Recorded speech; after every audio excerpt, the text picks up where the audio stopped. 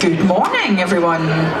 Morning. Morning. You're allowed to say good morning back. It's okay. We are small but perfectly formed. Now, Michelle is in the house, and when Michelle is in the house, we all have to stick to good time. So we're not going to wait any longer. If people want to join us, they can join us.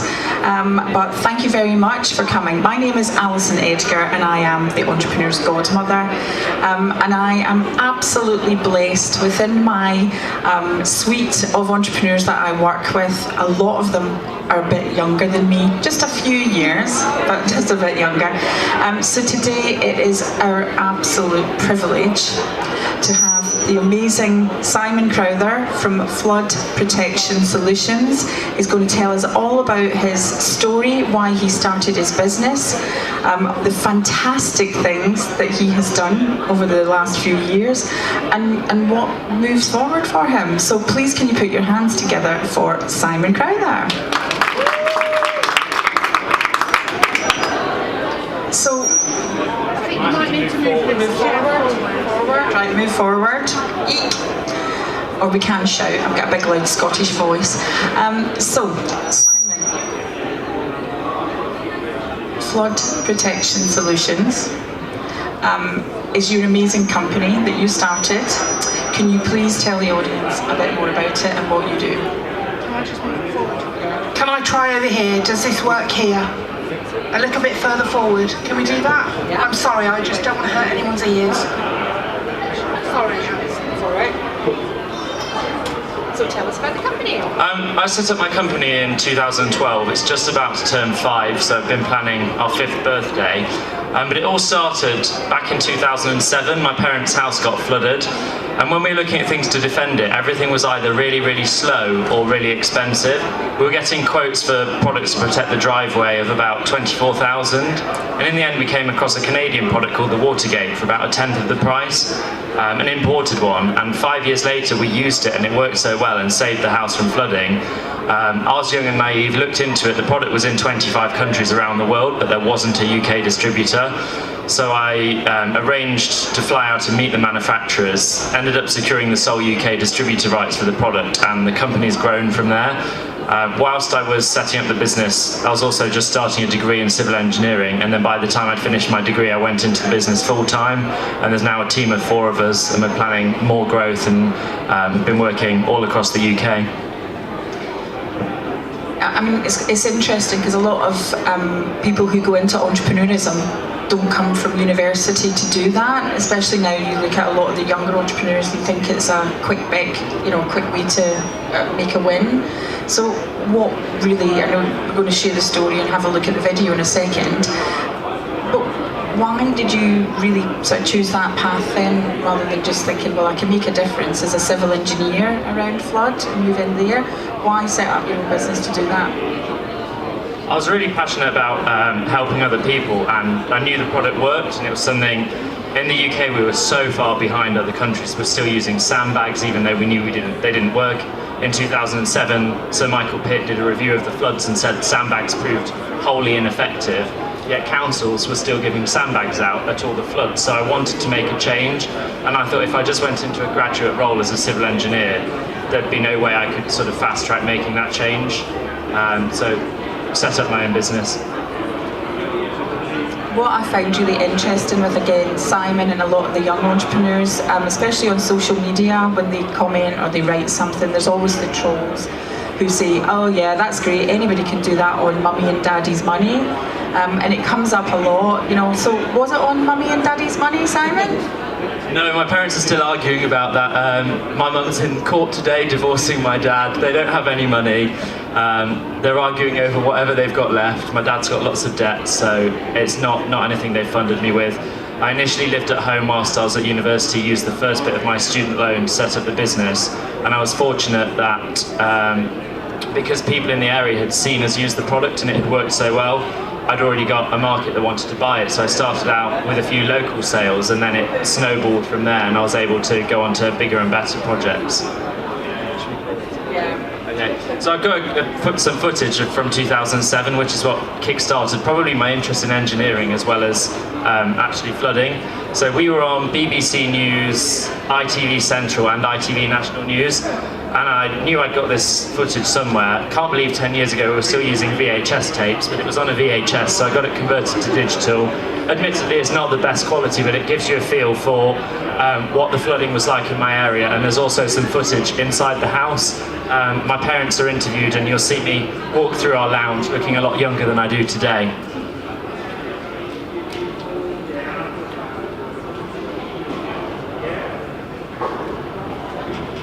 Flood warnings as torrential rains hit the East Midlands. Almost a month's worth of rain has fallen in parts of the region in just 24 hours. There have been floods before, but people who've lived here all their lives say they've never seen it coming down here. That's the top story in the East Midlands this Monday evening.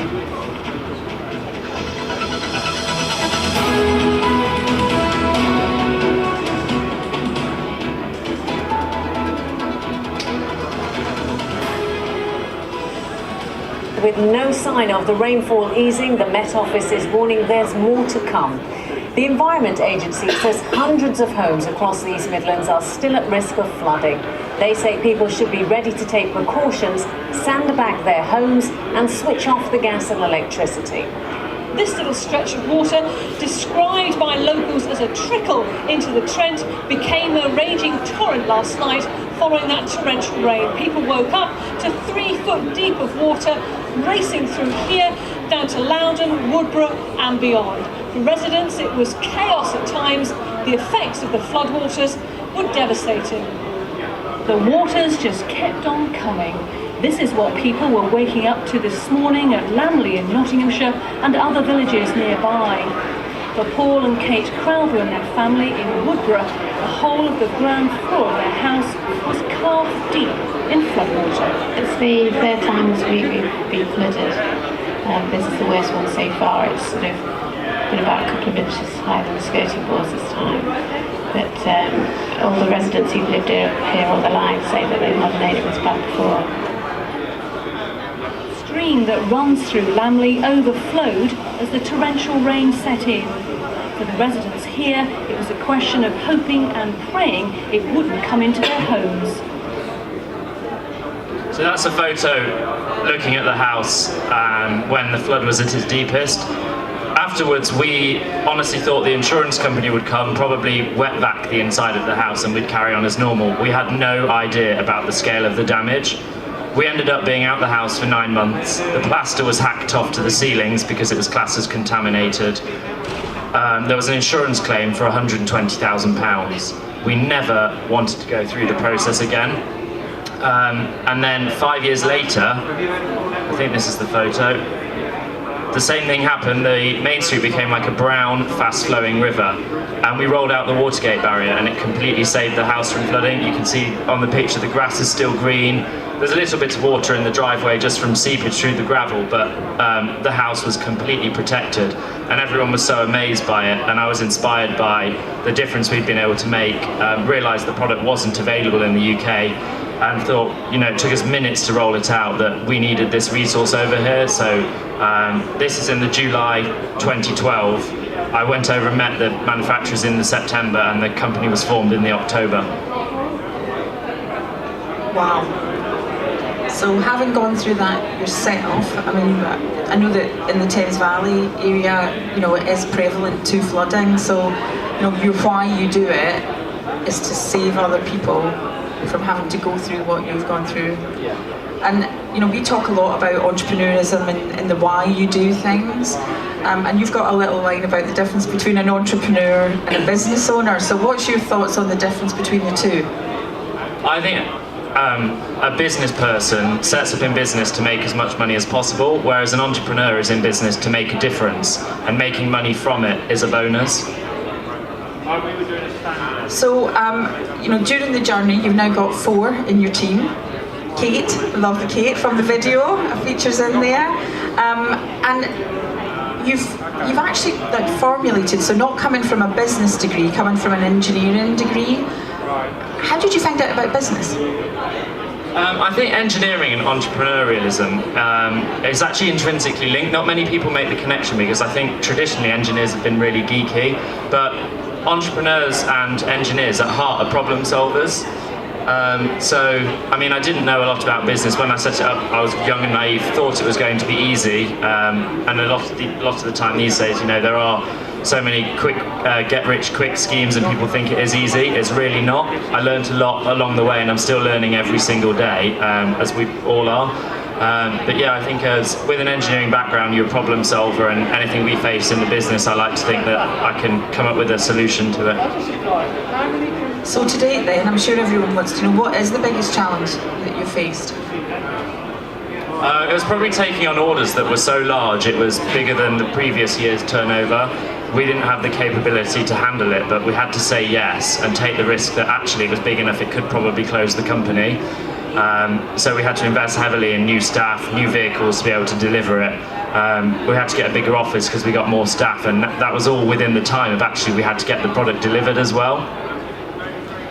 Which is interesting. Who heard Julianne speak this morning? So you were still travelling, but she was talking about how she took the Tesco order and she just said yes and then they had to fulfil it. So again, I think that is a theme that in entrepreneurship, that you just say yes and then fulfil it. So one of the things, again, looking at you personally, so obviously you're here today to share the story of what you've done. So what's next moving forward in the business? So you've got some really nice customers now. You've taken the turnover up substantially, as you mentioned, which again, for somebody at 23, you know, most people I know about me, I was just working in a job at 23, so again, it's amazing, and I think sometimes people forget to celebrate those big successes because you're so busy on the hamster wheel. So again, I'm sure the audience maybe give him a big clap for that, for what he's done so far. So what happens next then, Simon? What's the next plans? I want to carry on growing the business. I was recently, last week, at the Flood Expo, and a couple of years ago there was a grant scheme out for anyone that had been flooded, and it was £5,000 a property, and quite a few companies set up, took advantage of this £5,000, and when we were there again this year, we'd realised they'd all closed down. So it was nice that we'd managed to carry on and become more and more well respected, and go through this phase with the people setting up just to grab the £5,000 per house with no real knowledge of the industry. So I want to focus now on just becoming market leaders for sort of emergency response within flooding. We've still got a lot of untapped markets. We've just invested really heavily in an e-learning platform, which we're the only people in the flood protection industry to do. So when we sell our product to, say, Thames Water, for example, every single one of their staff can have a login. We can track who's been trained on the product and they can visit it whenever they like. It's mobile friendly, so if they're out in the field and aren't exactly sure how to use the product, they can just log on and check it really easily. There's another thing I'm starting, which is a YouTube series going and interviewing people about the effects of being flooded, because I think what frustrates me is when there's flooding, it's in the news a lot. The next week, nothing. And we need to make sure that flooding, you know, it's the biggest threat to the UK as a result of climate change. We need to make sure it stays on the top of decision makers' mindsets. And part of my job, I feel, as much as we can sell, it's about changing things, making a difference and protecting more people. So if I can make more people aware, 1 in 6 homes is at risk of flooding, yet 60% of people don't know the flood risk of their home. It's not something that people really check. So I'm starting this YouTube series interviewing people all across the UK. So I've got a few lined up in Cumbria, some in Devon, and we've got some really great kit now, so we can film the rivers with drones, film them inside their house, talk to them about the real impact of flooding. Because I think when it's on the news, you might get a spokesperson from the Environment Agency or a spokesperson from a water company. You don't tend to hear from the residents about the year they had living in a caravan outside when it was winter and they'd got bubble wrap on the windows because it was frosty. The road was lined with skips. They were trying to have jobs, but they were managing complex insurance claims, battling the insurers to get payouts. That's what I really want to bring to the attention of decision makers. So that's sort of what my job's going to be going forwards. We've got a great sales team in the office that will keep on top of it, but I really want to start making a difference a bit more. I'm thinking there might be a new job at number 10 coming soon. You do quite well there, if not lobbying. On the subject, of lobbying, it is really good to have a young person so passionate about a cause. You have been lobbying in another cause, though, haven't you, around student loans? Sort of a year ago, got my student loan letter land on my doorstep, opened it, found out that whilst I'd been at university, my student loan had increased by about £5,000 in interest. When I took them out, I was the first year of the £9,000 fees. We just thought the fees had gone up and had no idea about the changes in interest. The school said to us, it's the cheapest money you'll ever get, take it. The year after I left university, my student loan went up by £1,800. So I ended up writing a letter to my local MP and posted it on Facebook, and I think it got 50,000 shares and 60,000 likes, and I ended up in all the different media outlets. So it was a real shock at how fast social media can travel, and a big learning curve, but great as well because I got to be on the radio with Martin Lewis, and now I'm asked to speak. And I read last week that Theresa May had taken this on board because she didn't want to lose the younger voters, and they were actually going to be reducing the interest rates on loans because they're using an old-fashioned index. So it's not a modern one that's keeping up with the times. So it's nice to feel as though you can have a voice and make a difference. See, told you there might be a job coming up soon. So again, we look at the company, what you've done, but your own profile is starting to raise in the world of entrepreneurism. I know that we met at Entrepreneur of the Year Awards, where last year you won Young Entrepreneur at GB Entrepreneur of the Year Awards, which is absolutely amazing. So one of the things that we did say that we would cover today for anybody that is looking to enter awards, what Simon's top tips are, because I think you agree, I think we would both agree that our profiles have both raised fairly heavily from winning good national awards. So if anybody is who's got their own business? About half, okay. So what would your top tips be for them? When I first entered the awards, it was a slightly weird one because I'd always thought of myself as an engineer and not an entrepreneur. And then I saw it on social media and thought, well, actually, they're asking for business owners that are young. I'll give it a go. So I entered and was shortlisted, and that was when I first met Alison. And afterwards, we were sort of kicked out when we were the last people there, still drinking, probably gone midnight, and went for a kebab afterwards. And Alison was saying to me, Alison was saying to me, why do you not think you're an entrepreneur? And I was explaining, well, I just think I'm an engineer and I've got a business off the back of it. And it was from then I started thinking, actually, no, I am. So I started entering more awards. And I'm a judge this year at the Great British Entrepreneur Awards, and I've been reading all of the stories. And for me, with the award entries, I think it's great to get across why you started the business and what the reason is behind it, because I've read a few and it just sort of says they started it, but there's no reason to why, no kickstart of what their passion was. And I think with the story, you get to see the passion. And then as much as it's nice to see that they're profitable and making money as well, you want to see that they're passionate about the business and they haven't just done it to make a shed load of cash on a get-rich-quick scheme. So I think as an entrepreneur, if you're entering an entrepreneur's event, get across your passion, why you're passionate about what you do, and include as much of your story as you can. And avoid selling too soon. That's one of my favourite phrases. People, when you meet them, buy my product, make me win, selling too soon. So Simon, I think we've managed to get out quite a lot of your story. We have got a few minutes left for questions. I think again it's quite good we get the questions from the audience, because that's when the real advice comes out. So who's got a question for Simon? You shout? Yeah. Right, okay, you can shout. Okay.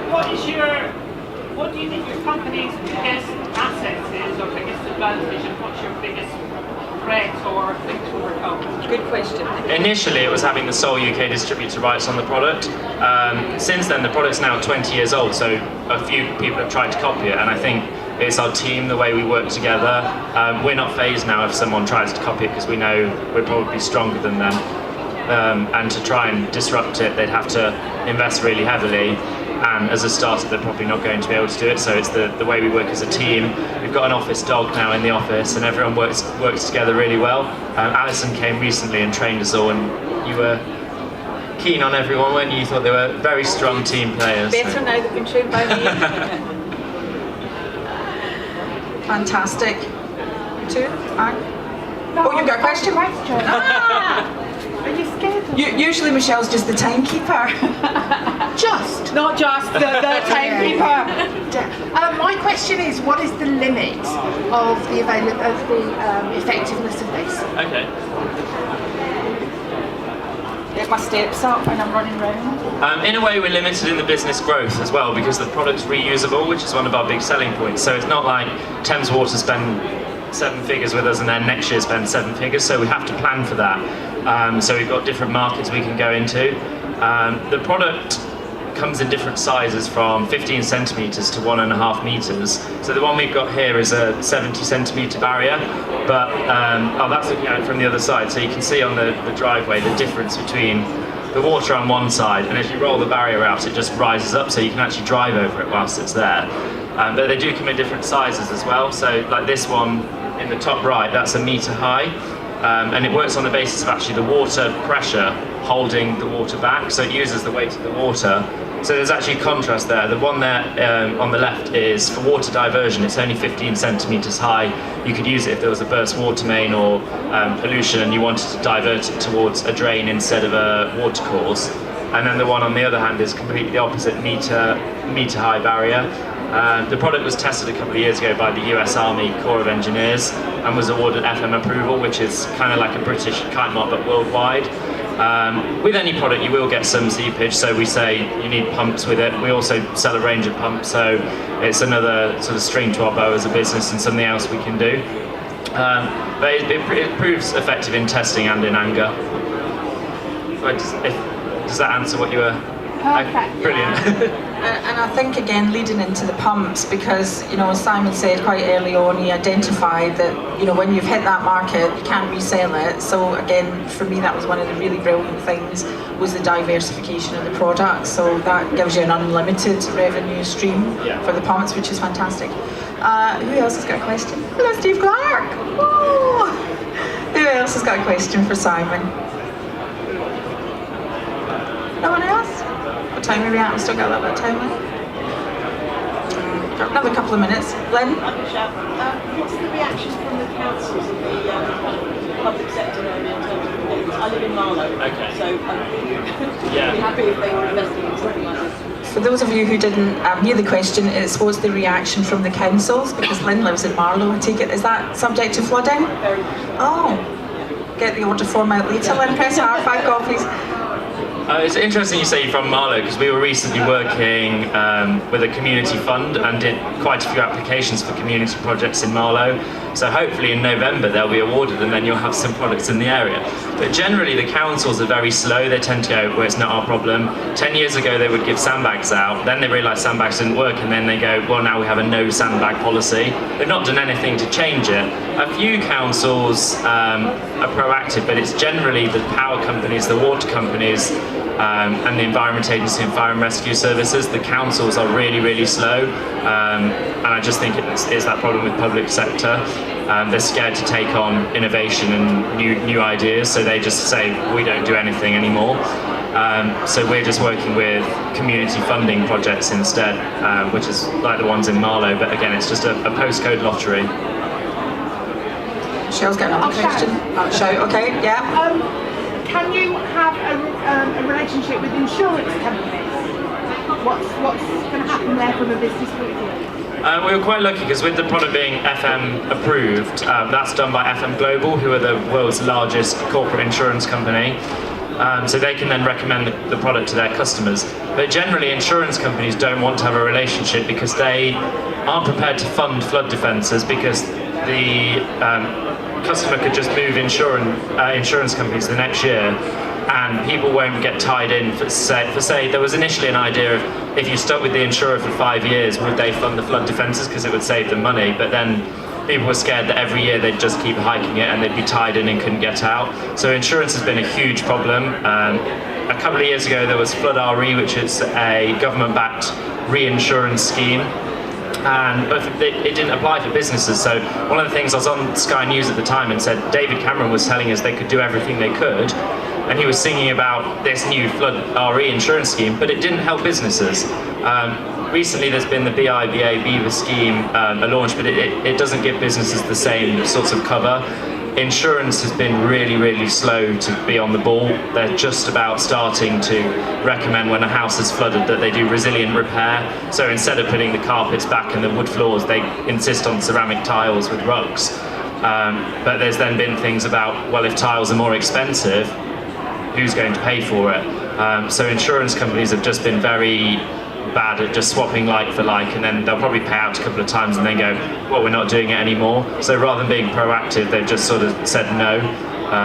So insurance companies hasn't been a great area, but maybe it will as it changes and they become more proactive. One more question? Yes.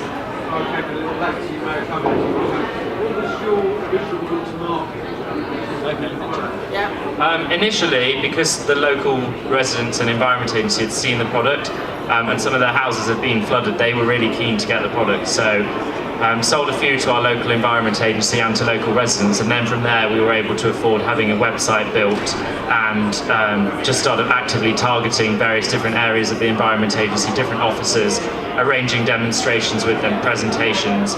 And for us it's always been presentations and demonstrations, and it still is. It's just getting your foot in the door and selling the benefits of the meeting, Alison. Sell the benefits, that's it. And getting in that way. So it's not been, we don't do it through e-commerce for this product because it tends to be that the people want advice as well. They don't just buy it online. So it's generally through meetings. Even small scale, we tend to have to go and see even residents or smaller companies.